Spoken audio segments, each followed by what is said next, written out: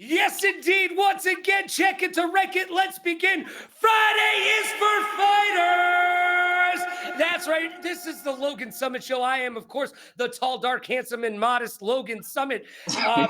And you are not.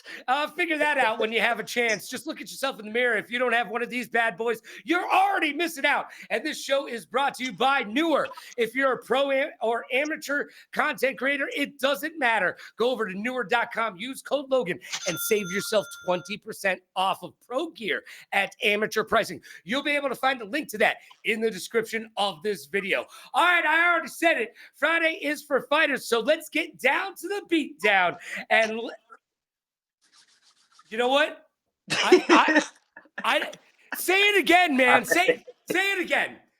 THANJHAE. Yes. All right. Good. Because that's where I was going. But I just wanted to make sure there's a silent cue in there somewhere. All right. Let's go. THANJHAE Teasely. Yo, you hail from Allentown, Pennsylvania. You are 26 years old. You are 5'11", and you have an amazing pro record of 12-0-0, which means if you can do the math, no need to kick off your shoes. Keep them on. I got you covered, okay? He is on a 12-fight win streak, and he's got 6 KOs to boot. Literally, he's showing the boot. Yo, welcome to the party, my man. You are in fuego. You are on fire. Let's start off with the first question. How are you feeling today? Hey, I'm feeling great, man. How are you feeling today? I'm awesome, but I try to wake up like that in the morning, man. Hey, I just got on with Millions.co last week, Thursday. It's Friday. You are our 16th fighter interview in 1 week. I have interviewed 16 people. I have given fighters their nicknames. We have had one fighter state this was the funnest interview he has ever been part of. We have had a lot of fun. We had a kid who turned 15. He's a pro. King David Garcia, he turned 15, actually turned 16 from 15, like in the middle of my show. And I'm pretty positive he's not going to be able to pass his driver's license test. I'm just saying, all right? Yo. Imagine being a 15-year-old pro boxer and having to worry about passing your driver's exam. I can't imagine that. Oh, all right. So let's talk about you. Yeah, exactly. He's like, bro, I run or bike everywhere. You know why? Because it's a workout. Yeah. He got it. Yeah, he won't pass it. He got it. He's intelligent. He's an intelligent kid, and you know what? He needs to work on his parallel parking, though, because I called him on it. I was like, yo, can you parallel park? He's like, I did it once with my mom. I'm like, maybe do it a few more times than just once. But, oh, man, I digress. All right, you're over there in Allentown. You are on fire. You are doing your thing. What is next for you? Who are you fighting? Where are you fighting? And I feel bad for them already. Hey, we're fighting over in Bucks County, at Newtown Athletic Club, and the guy that I'm fighting, we still are waiting for the contract to be signed, so I'm not gonna release that yet. Okay. But hey, we still happy with whoever we're fighting. That's all I gotta say. So as long as we got to fight, that's all that matters. Yeah, I mean, with a 12-0 record, and I'm not even delving into your amateur career. We're not even, because why bother go there when you've started your pro career? Much like a lot of great pros have started undefeated. Now, undefeated used to be the tell-all tape for amateur going into pros and how long they would last as pros. Now we're accompanied to a little bit of a learning curve. We accept a couple losses early on, right? As long as they learn from them and get back up, pull themselves up by the bootstraps, the everlast bootstraps, and get themselves back in the ring. But you haven't had to deal with any of that. So what's been the secret to your success? Is it the village? Is it the team behind you? Is it your parents? What's been the catalyst for your success? How did you start boxing, and why are you so darn good at it? Hey, hey, honestly, it's all God. Because without Him, I wouldn't be waking up every single morning. And I wouldn't be able to do what I do. But besides, of course, first and foremost is God. But besides Him, it's just all the hard work, dedication, and everything that we do with our team, and that I do myself as well too, and then all the motivation I get from my family, my friends, and from everything that's going on. And And yeah, my record may be undefeated, but that's where we take our lessons inside the gym. So we don't have to go with those lessons whenever we're out there inside the ring. So nobody sees what goes on behind closed doors. Like when we're in the gym, we're training all the time. We make those mistakes in there. But when we get into that ring, there ain't no time for mistakes. We have to do everything. We have to do everything we have to do to come out with proper preparation and come out with a proper game plan to come out with the victory. So another way I look at it is that I could do anything I put my mind to. Nobody can defeat me besides myself, and it's really me versus me. And if there's anybody else out there that feels that they can do that, congratulations, good to them. Because I just want to pass on that positivity. Feel me?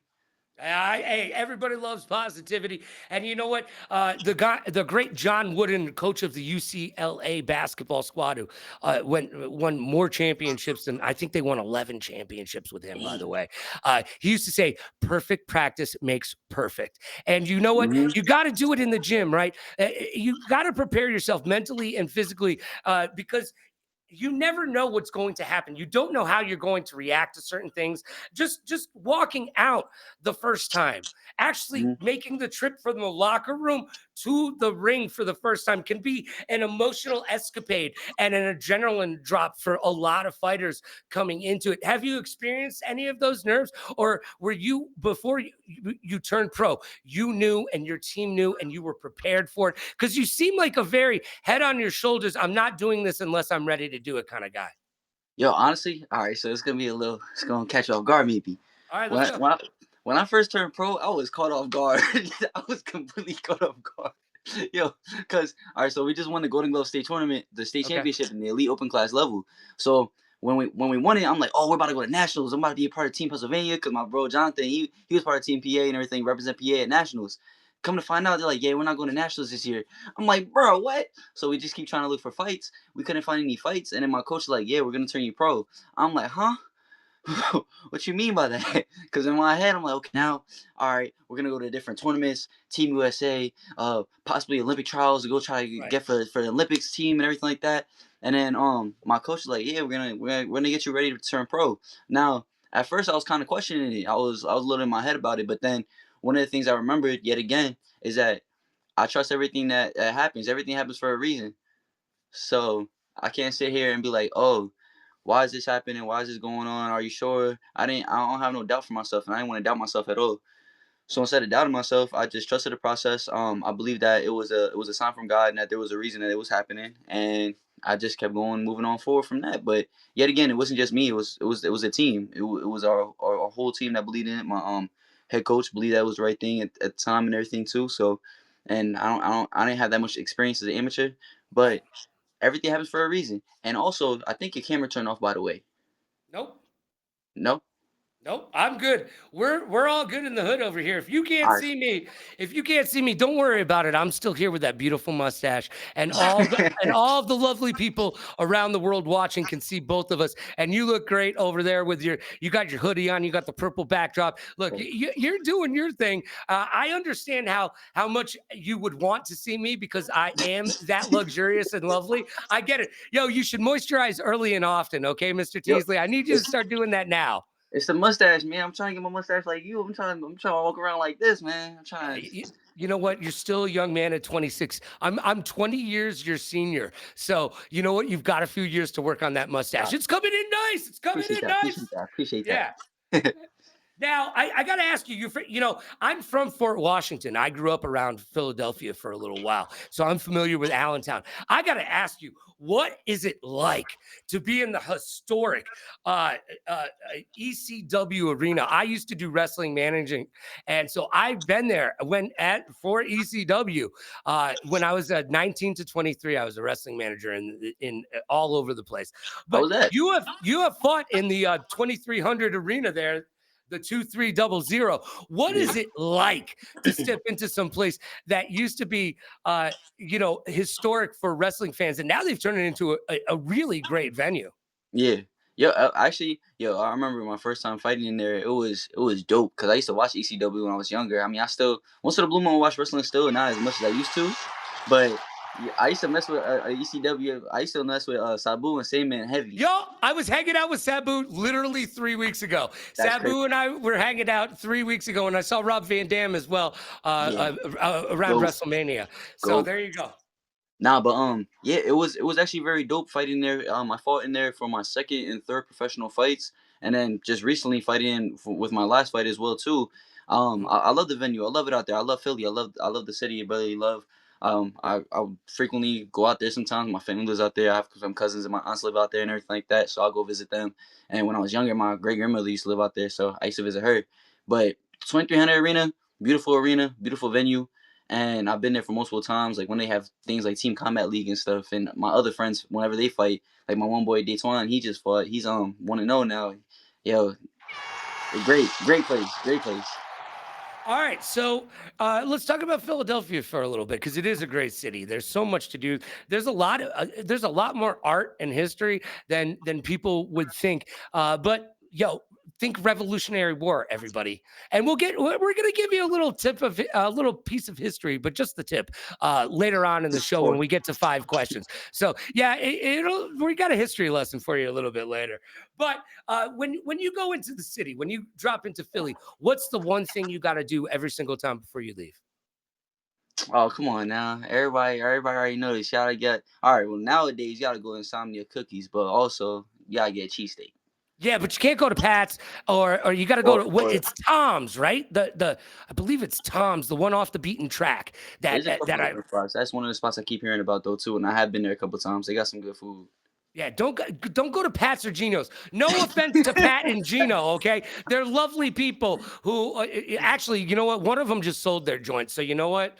Uh, rake in the dough. But Hey, honestly, if you're gonna go for a real Philly cheesesteak, excuse me, you don't go to Pat's or Gino's. You go to one of the other ones. And what's your favorite so far? I ain't gonna lie to you. I just love food, so I don't really have a favorite. And the issue is like I haven't been able to eat a cheesesteak in a couple years because I'm pescatarian right now, Okay. and it hurts. It hurts so bad because I do miss it. But hey, that's what I gotta do right now until I get my health situated. You feel me? I do feel you. And yeah, man, I there's an oyster warning out here in Vegas, and boy, do I love me some oysters. So, my business manager sent it to me the other day, right before I was going for Korean barbecue, because he Yeah. knew I was going, and I was like, "Don't send me this sad story." And he's like, "Bro, there's been like." 3 instances, and I was like, "Yeah, three. Three. I'm willing to take the chance because really, with seafood, shellfish, and the like, Hmm. anytime you eat any of that, you could have a cystic shock. It's yeah. So Yeah. anytime you're eating shellfish, you're literally taking your life in your hands. Yo, you And know what it's else is yeah, too? They but said only 3 people. There's so many different people that are out that could have gotten it. Three is not a lot of people. no, that's what I'm saying. Statistically, I'm willing to play that game. I am. Yeah. I'm willing to play that game. For oysters, yes. Yes. Okay. All right. I'm just saying. I'm just saying. Um, all right. Hey, Yeah, you we're got having jokes. You're funny man, funny man. Hey, we try to be funny. It's hard to keep up with people like you though, because you got your own jokes over there. I like it. I like it. Now, um, Some fight. when you go into a camp, Hmm. do you at this point in your career are you treating each fight differently, or are you still at the point? A lot of fighters early on in their career they don't focus on the actual opponent; they just focus on their own training and let it be what it is when they get in there. How are you and your team working on training these days as you have gone 12-0? I mean, whatever's working has worked. Yeah, we're studying a lot. We do a lot of studying all the time. We're working on improving different little mistakes that we have made in previous fights or in the previous bouts or even just in previous sparring sessions. And we're focusing on those. We work on those and we improve on that. I like to study my opponent. So whenever if my opponent has a lot of film I can study, that's perfect for me because then I like to look at little things that a lot of people wouldn't really look at or things that a lot of people would look at. And then also like to look at the things that are most noticeable and the things that are least noticeable, just everything that both realistically can happen. If I was to get hit by a certain shot, if I throw a certain shot, just depending on how they react off of certain things from other opponents and previous experiences. But for the most part, I ain't gonna lie. When we're in there, it's really just adjustments. We just go in there and see what's going on because there have been times I'll study an opponent and they haven't been looking good for their past 6 opponents, but then when they come in and they fight me, they start doing new things that they never did before and they start looking their best, and it makes me even happier because then I get the best version of that opponent, and it helps me improve so much more compared to whatever they fought somebody else. So That that's like when you catch up with an ex and you reconnect with them and they do some freaky stuff and you're like, "Who taught you that? Hold on a second. Who taught you that? How did you learn that? Where did you learn that? I you've didn't been teach you that. practicing, like sitting like you've been practicing, like where Where is did the this? backflip come into play? Who are I you? didn't see the backflip happening. Where Doing did a that whole back anyway, spring somersault into it, like come on now. come on now. Uh, Yeah, preparation is key, and you've been talking about that. You prepare in the gym so that you are prepared in the ring. It like we do say around here, it does take a village to build a fighter. Even though you are the only one at the end of the day in the ring, that preparedness and all of the people around you, whether it be your parents to coaches to your great grandmother, going, "Hey, you can be a heck of a fighter someday."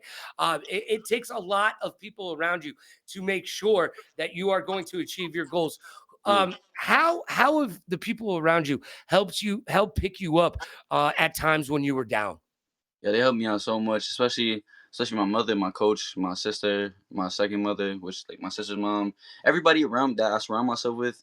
I'm surrounding myself around them for a reason. They're mainly family, and those people we all help each other out as well. It's not like they're just helping me out; they're helping me. I'm helping them. We all push each other in a positive manner. Where there's trust and believe. Like everybody don't like to admit this, but there's a lot of days where we have our off days or days that we like, damn, I don't feel like doing this anymore. Why am I doing this? Question yourself sometimes, not like literally question yourself in a negative manner, but I mean like just question like, damn, is this even worth it? But that's why you have to surround yourself around the right people because those are the type of people that will sit there and bring you up whenever you want to go down, and also remind you as well too. Like I love being around everybody that I'm around because they always remind me of why I even started doing this, why I want to do this. Because a lot of people, they I notice that they want to get into certain things so they can become rich and wealthy for their own selfish reasons. Which there's nothing wrong with that. We all human beings. You do what you gotta do. We all have our own individual stories. Do what you gotta do. Personally for myself, of course, I come on now. I mean, I love boxing. That's the reason why I'm in it. If I didn't love boxing, I wouldn't be doing everything that I'm doing and training as hard as I am. But I also know that with the fun with working hard, increasing my wins, increasing my W's, getting the right recognition, working extremely hard, and knowing that this is not a sport that I could play, that I have to go in there and work extremely hard every single day to support myself.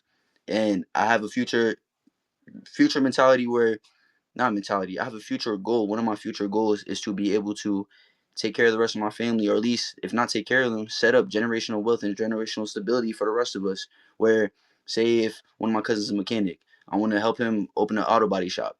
But of course, when I'm doing this, I'm not just gonna be throwing money out and doing everything like that. I'm trying to help set up the rest of us. If you get what I'm saying, I'm not gonna I say do. too many details, but yeah. No, no. So Here's the thing: is it's that old adage. You can give a person a fish, but if and that'll feed them for a day. But if you teach them to fish, you'll feed them feed it for the for a rest of your lifetime. life. Yeah, exactly. And that's what you got to set up. When you get that first big contract and you win your fight, the first family member that comes to you and is like, "Yo, man, so that's the dude you don't give anything to. You send him on his way. You go, why don't you sit in that corner and think about what you just said? Okay. But what you got to do is set people up for success. Don't just give them stuff like, hey, I want to open up a bar. No, what do you know? Build me your business plan. Show me Yeah. your business plan. And then let's go with it. Uh, it's you got to keep them honest, is what I'm getting at. You know what I'm Yeah, saying? yeah, nah, I get exactly what you're saying. Cause even there's one of the co-owners, like one of the people from the gym, he has been very helpful for all of us as well too. What I mean by that is he helped taught us a lot of different things that we would definitely need to learn. For example, there's three different things that a lot of people always try to do: sales pitch, throw in fear, and throw in confusion into a conversation. So somebody's gonna try to add a sales pitch to a conversation and then confuse you on that conversation and then bring in some fear to the conversation. Just different things like that. Like those little small simple things, and then also learning about investments and other things like that. He was setting up a lot of us inside the gym to understand, to be cautious of future possible endorsements, certain things like fine print type things, not only literally in contract, but also with way people are. Because not everybody has the best interest. Yeah, there's a lot of people out there who have great interest, but at the same time, a lot of people would rather use you for a certain time. For example, boxing is perfect. Like boxing is a perfect example. A lot of people. Even right now, a lot of people care about you when you're winning, but then when you start to go on a losing streak, who's really there for you besides your family, God, your mother, your father, those people that are extremely close to you. So you always gotta be prepared for anything. Yeah, you'll find out who the players in your life truly are after your first loss. All right, and before we get to, because that's actually somewhat one of the questions I have for you in 5 questions. But before we get to 5 questions, I like to give athletes the opportunity. Just talk on anything. You want to talk about your favorite video game? Go ahead. But you can thank sponsors. You can thank your parents. You can thank your coaches. You can talk to sponsors that haven't sponsored you, but you would like to have sponsor you. Or, you can talk about the movie you just saw the other day as he goes to get a product. I'm assuming he's grabbing a product in the back. Yep. All right. So, THANJHAE Teasely. You know what? This is your time. Break forth the rhythm and the rhyme, my friend. All right, so boom, barcode. Barcode premium hydration. I want y'all to know I'm not sponsored by them. I'm not endorsed by them. But in the future, we're gonna work something out. Very great hydration and very great sports drink. They have the key ingredients of electrolytes, beetroot juice extract, super dex complex or hybrids, carbohydrates. My apologies for that. Key benefits: premium hydration, no added sugar, 12 vitamins and minerals for immunity and performance. So I would really recommend if you guys check out Barcode. They have a lot of great ingredients, including coconut water, a lot of different things you will love. Beetroot extract. They even have, where is it? Himalayan sea salt. Oh, Very great yeah. for hydration. Very great for your muscles. Nah, but on a serious note though, barcode. If you guys are really checking this out, please let's talk some business. Besides this barcode, another thing I just want to talk about is everybody. Let me pack some positivity like I always do. Always remember, check on your friends, check on your family, check on everybody on a daily if you have to. If you don't have to, still do it because you never know what somebody's going through. Mental health is really important. Take a break from your phone. Take a break from social media. Go outside. It's getting nice out. I mean, if you're in an area where you have 4 different seasons, like over in the Northeast, certain areas like that, it's getting nice out. Go for a walk. Just be happy. Wake up. Every day you wake up, you're blessed. Every day you wake up, you're happy. All right, realistically, you may not wake up happy, but at the end of the day, it don't matter because you can switch that little attitude around to being happy. Call it? Somebody cut you off on the road. Don't even stress it. Just turn your music up, vibe out, and chill. They have dents in their cars for a reason. You don't. So just keep chilling. And then overall, I just want to say thank y'all to for allowing me on this interview. All jokes aside, because it's really an honor. This journey so far, and not only just in boxing, but in this journey in life, it's a blessing because we not promised yesterday. We not promised tomorrow. We not even promised right now. You never know what's gonna happen. So with that being said, just look at everything as a positive. I have ADHD and ADD, so I'm gonna just keep switching up the conversation. So don't mind me. Okay, don't worry But about it. Here, why don't you throw in where and when your next fight is real quick again? got you. Appreciate you. Yeah. Now, Bucks County, June 7th, over at Newtown Athletic Club, I believe is what it's called. If anything, my Instagram is THAJ_TEASLEY. It's on my last post on there, so check that out. All right, there you go. June 7th, Newtown AC. That's if you're into the whole brevity thing. If you're not, it's Athletic Club. Uh, and you're going to be able to see Mr. Teasley. We can't tell you who he's going to be fighting because, shh, it's a secret.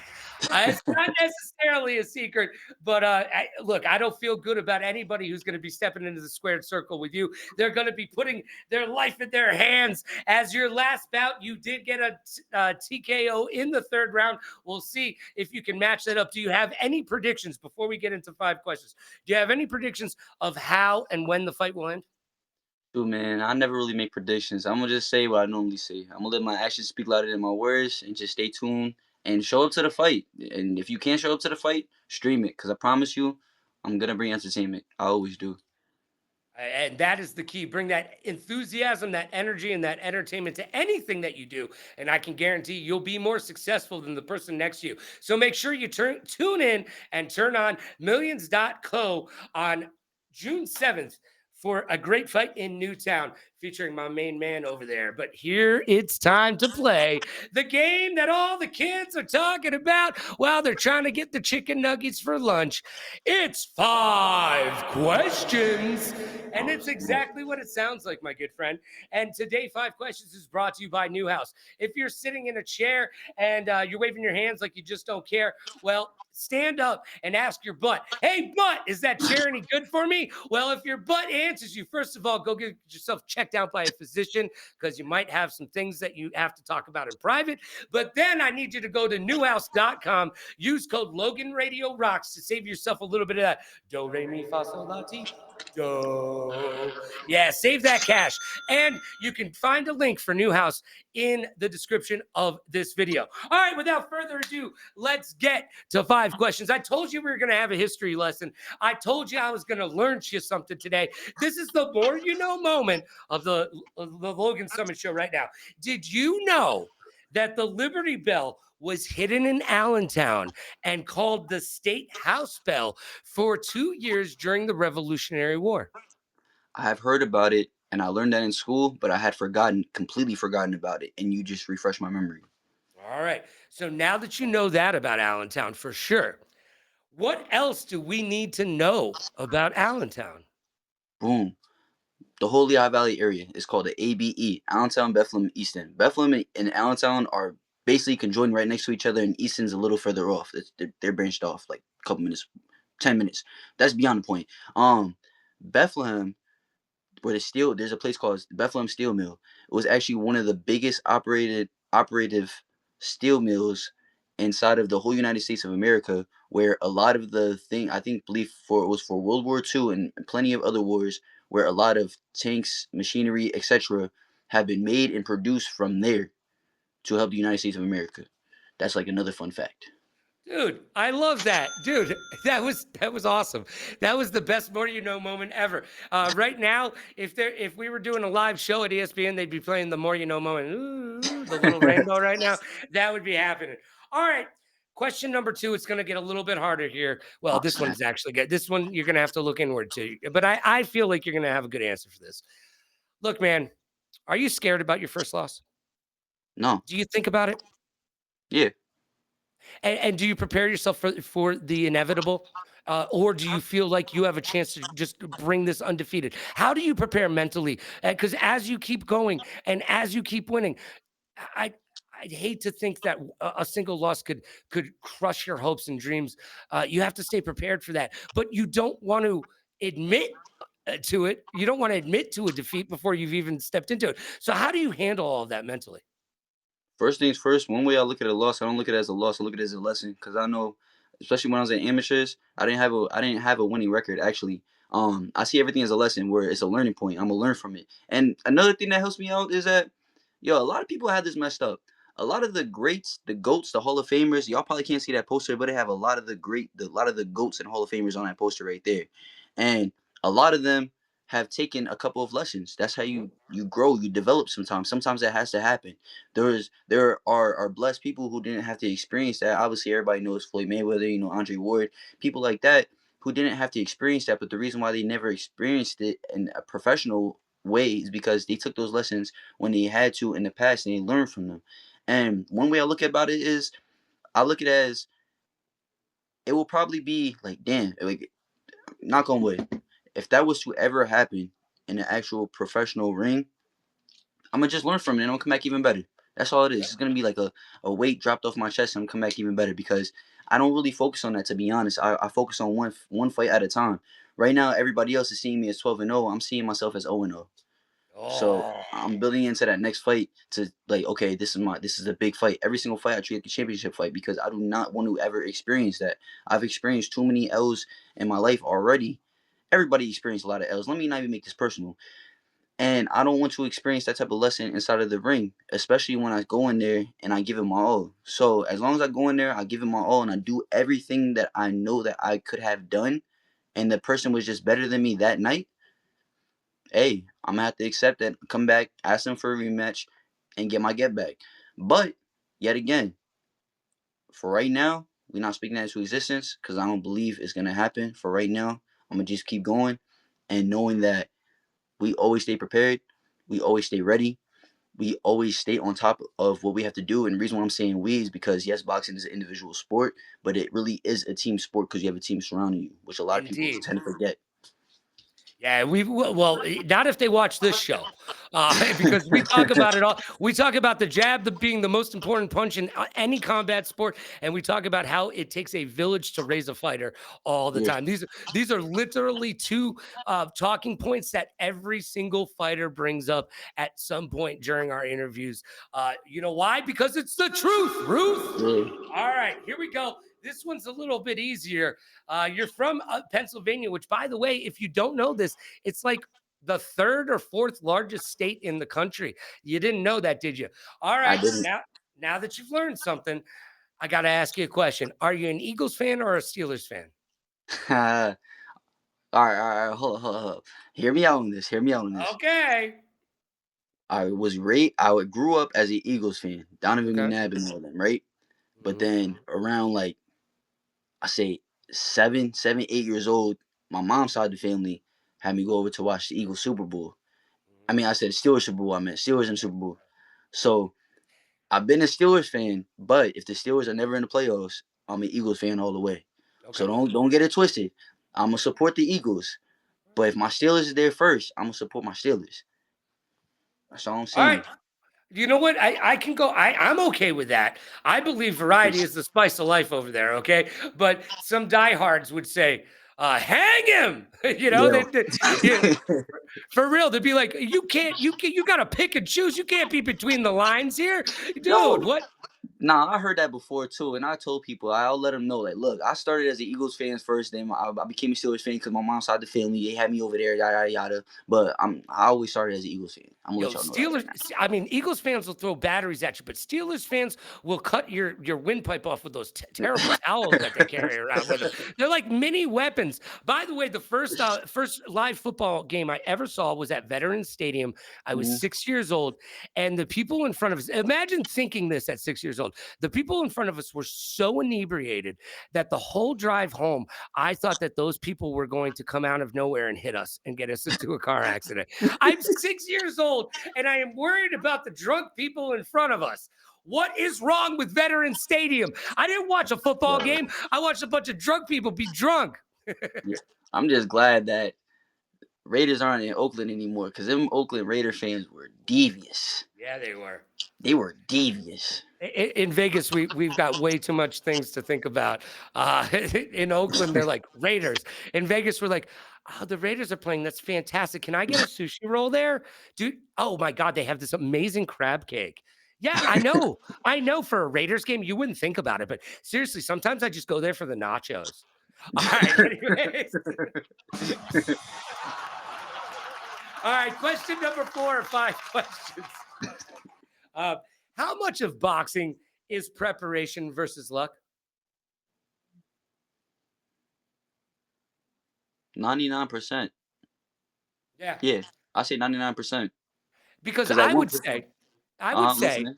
that preparation is the reason that luck doesn't exist in combat sports. Everybody says a fighter's chance, right? Okay, Yeah. yeah, you can punch, you can knock somebody out, but when you hit that sweet spot, we just talked about this in the last interview. When you hit that sweet spot, when you knock somebody out, generally a fighter always tells me they didn't know that that was going to be the punch because it doesn't feel like anything. Just like when somebody hits a home run, they don't Mhm. feel it because you just hit it so perfectly.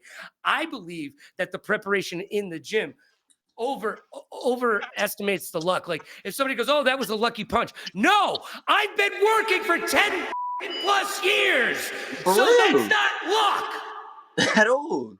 Like you that's know? reason why I said that 99% because that 1% you can have that one fighter where they just have an off day and next thing you know it the person that was the underdog just lands that shot because it's combat sports. You never know what's gonna happen. But Right. then I was actually just thinking about this earlier today too. Whenever I hear somebody be like, oh, uh say they're like, oh, this person had an off night. Oh, say it for example, it's a world champion. Oh, he had an off night. Da da da. How the heck did he get caught by that shot by this bum? Bro, it's not that he's a bum. Or here's a better example. When Shakur Stevenson fought the electrician, the guy Yeah. who previously worked as an electrician. Right. A lot of people don't understand that us boxers, especially starting at that level, we all have our own types of side hustles, legal hustles, jobs, everything like that. Just because he's an electrician doesn't mean he hasn't been practicing and preparing for years to do what he had to do. Yeah, he may have lost that fight to Shakur, but then the very next fight, he still dominated over a pretty good opponent. Like you never know. Like I find it so disrespectful whenever you disrespect somebody that you're like, oh, that person was a bum. You wouldn't even get into the ring. What are you talking Yeah, about? Like, come on now. I saw a statistic the other day that like grown men over 30, like 98% of grown men over 30 believe that they can beat a random stranger up on the street, like that they're gonna win in a fight. And I'm like, unless you're punching people in the throat and running, you're Yeah. not gonna win fights on the street. All right. I know enough to know that sometimes just walk away. Yes. Just walk away. For a fact. For a fact, for real, man, because you just don't know what people are packing, and you are not as athletically gifted as you were in your 20s. I'm just telling you right now, okay? All right. Last question of 5 questions. All right. Let's go. Let's flip this upside down. Let's talk about music. And we're gonna talk about Philly-based artists. You gotta pick one. You can only pick one. Is it Mr. Meek Mills or is it Mr. Lil Uzi Vert? Who you going with? Oh, between those two, Yeah, they're both from Philly, so you can only pick one. Meek. All right, I'm Meek going all with day. Meek. Why? Why? Cause all right, no disrespect to Uzi. I used to Mhm. listen to him like 2015, 2016. And still some songs I mess with too. Back when he It's was hot. just yeah, you feel me? But I don't know. There's just certain things that Uzi does that I just can't stand by. I don't know him Okay. as a person, so you feel me? I don't know him as a person and anything like that. He seemed like a pretty cool guy. He seemed like a pretty chill dude and everything like that. But music wise as well, Meek speak to me. I can understand a lot more and relate to certain things that Meek goes with. And plus, Meek go hard, man. Pause. Yeah, You feel me? I agree. I actually agree with you wholeheartedly in that. I would have picked Meek Mills all day long. That's also because I feel like Lil Uzi Vert wasn't really influential in any really positive way, whether it be music or otherwise. Whereas Meek Mill threw out some hard bangers, as the kids might say, Yo, right?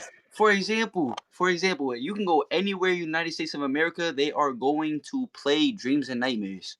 Yep. They're going to doesn't and everybody knows the lyrics. Now, don't get me wrong. Same thing with Lil Uzi Vert.